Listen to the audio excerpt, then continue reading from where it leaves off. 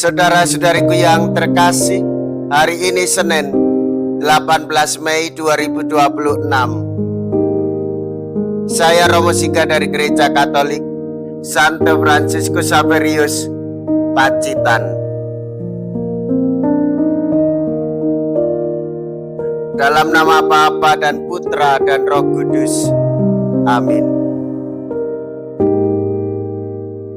Kita bersama Bunda Gereja memasuki novena Roh Kudus hari keempat.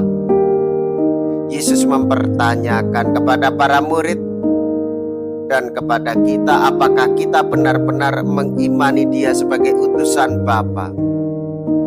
Ada kalanya kita ditertawakan orang karena iman, sehingga ingin rasanya melupakan Yesus. Baik bila pada hari-hari menjelang Pentakosta kita mohon agar Roh Kudus dicurahkan kepada keluarga-keluarga dan masyarakat kita, supaya dengan tabah dan rela mampu memberi kesaksian iman.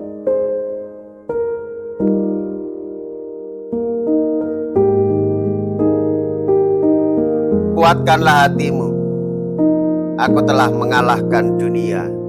Mea culpa, mea culpa, mea maxima culpa. Saya berdosa, saya berdosa, saya sungguh berdosa. Semoga Allah yang Maha Kuasa mengasihani kita, mengampuni dosa kita, dan menghantar kita ke hidup yang kekal. Amin. Marilah kita berdoa. Allah Bapa Maha Pengasih, berilah kami hati yang tabah dan semangat yang menyala-nyala, agar cinta kasih ajaran Putramu dapat kami amalkan dalam hidup kami. Maka seluruh bumi akan bercorak baru seturut gambaran yang Kau cita-citakan. Dengan pengantaraan Yesus Kristus Putramu Tuhan kami, yang hidup dan berkuasa bersama dengan Dikau dalam persatuan Roh Kudus, Allah sepanjang segala masa. Amin. Tuhan bersamamu dan bersama rohmu.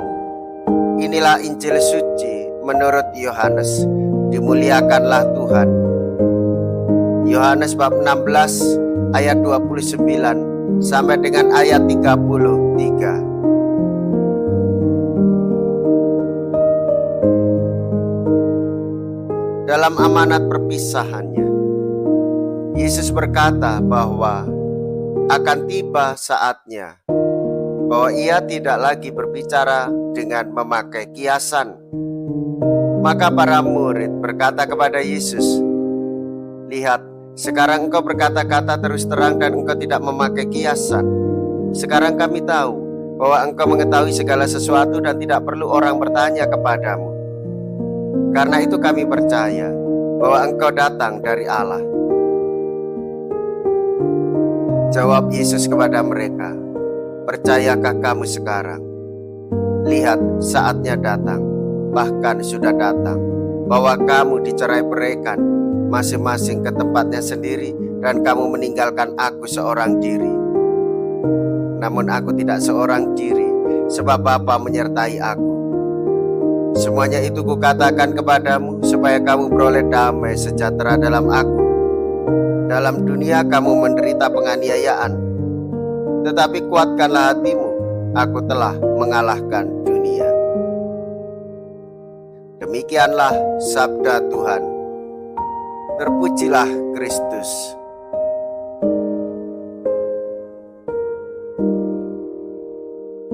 Saudara-saudariku yang terkasih, kita telah mendengarkan para murid merasa lega karena Yesus berbicara dengan terus terang tanpa kiasan, sehingga mereka percaya sepenuhnya bahwa Yesus berasal dari Allah. Yesus mengingatkan mereka akan ujian iman yang segera datang. Mereka akan tercerai-berai dan meninggalkannya sendirian, tetapi Ia dihibur oleh penyertaan Bapa. Saudara-saudariku yang terkasih, sabda Tuhan, kuatkanlah hatimu, sungguh meneguhkan hati kita semua. Namun apakah kita masih tetap bertahan seperti para murid yang diutus untuk mewartakan kebangkitan Tuhan Yesus dan tetap setia pada imannya. Justru ketika kita mengalami penderitaan, hendaklah kita merasa bahwa kita sedang berjalan bersama dengan Tuhan. Penderitaan tidak dilihat dari penderitaan semata, tetapi penderitaan menjadi persembahan bagi kita ikut ambil bagian di dalam penderitaan Kristus yang menanggung dan menyelamatkan kita semua. Berbahagialah sebagai orang yang beriman Katolik, mewartakan dengan penuh sukacita meskipun kita masih berada di dunia yang penuh dengan duka dan derita. Marilah kita berdoa.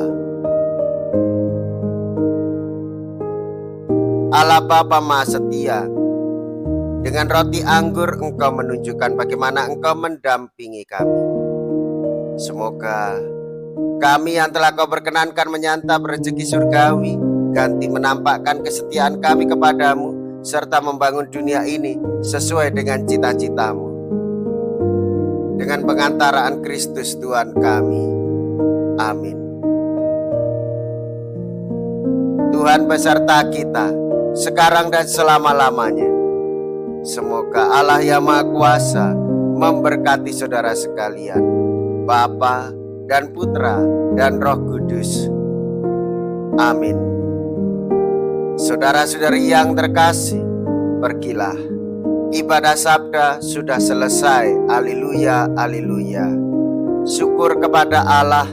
Haleluya, haleluya.